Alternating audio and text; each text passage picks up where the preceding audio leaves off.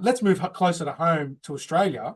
There was relief for mortgage holders with the RBA cutting rates last week by 0.25% to 3.6%. How likely do you feel it is that rates will continue to fall over the coming months, considering that there is a belief that inflation is now somewhat under control? That being said, though, could we, and then as part of this question, could we see an upward tick in inflation due to tariffs and the impact of tariffs in Australia?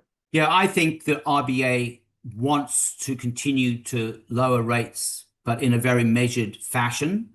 I think Michelle Bullock at the RBA is quite cautious and prudential in her kind of decision-making style.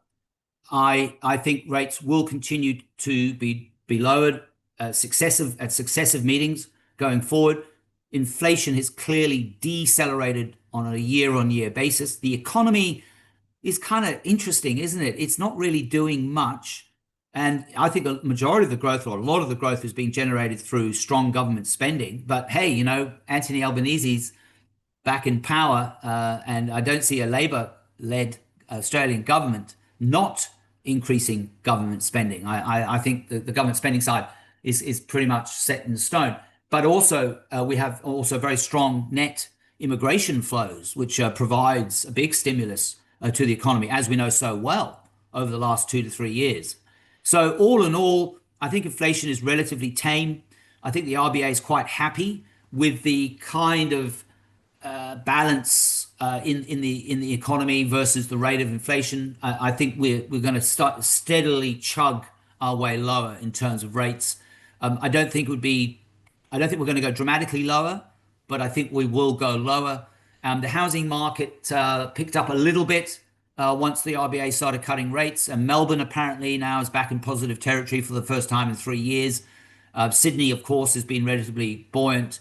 But the growth in house prices is not dramatic because, of course, we already had that very large increase in house prices. So, if you and I were sitting at the RBA, we'd be pretty happy and reasonably content. And we'd obviously like to see more progress on productivity. I don't know what Australia does on productivity because we've had a complete absence of productivity. But all things being equal, I think the RBA has a reasonable pathway for further accommodation and a steady as you go, drip by drip decline, in the cash rate, but not getting too carried away because they're still scarred by obviously the memories of being way too aggressive and staying too aggressive for too long coming out of COVID. Okay. And are you worried about tariffs causing a significant uptick in inflation in Australia in the same sort of way that we're likely to see, or you believe we're likely to see in the US? No, I don't for Australia because, we're only going to be tariffed at 10%. We actually don't export a lot of things to the United States. We're not, obviously, by definition, we're not paying the tariff ourselves.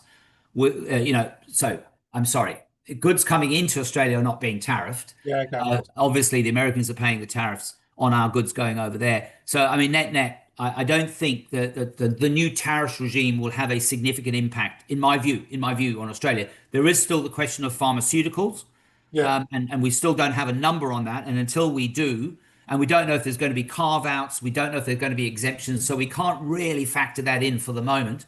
But for all intents and purposes, I think the new global tariff regime will have a minimal impact on us here in Australia. Okay, good. And do you believe that a recession in Australia is becoming increasingly unlikely? I think we had that kind of period of time, was it, at least 18 months, maybe even 24 months, where we were kind of very, very flat. And some of our Q on Q, quarter on quarter GDP numbers were very, that's if the statisticians had just changed the rounding errors in their modeling, we might have dipped below zero or were very close to the zero line. We've been bumbling along. We're making a little bit of a recovery, but as I said, we've got net immigration, very, very robust, and obviously also government spending. And don't forget, not just got federal government spending, you've got the states as well that have been spending a lot of money, obviously as well. So I don't see a recession on the cards in the near term. I don't see a takeoff because I just don't see what sector in Australia is going to be the kind of locomotive. I mean, the United States of America has AI. And we Mm. already went through those numbers earlier, the extraordinary amount of money being spent on AI, infrastructure, and data centers and the like. Here in Australia, where's the next big catalyst for growth here in Australia? I just don't see it. So I'm relatively relaxed about the Australian economic outlook. You could say to me, hey, could we get some, relatively close to zero growth? Yeah, possibly. Is growth going to be more benign? Yeah, I think it's going to be a kind of benign economic outlook.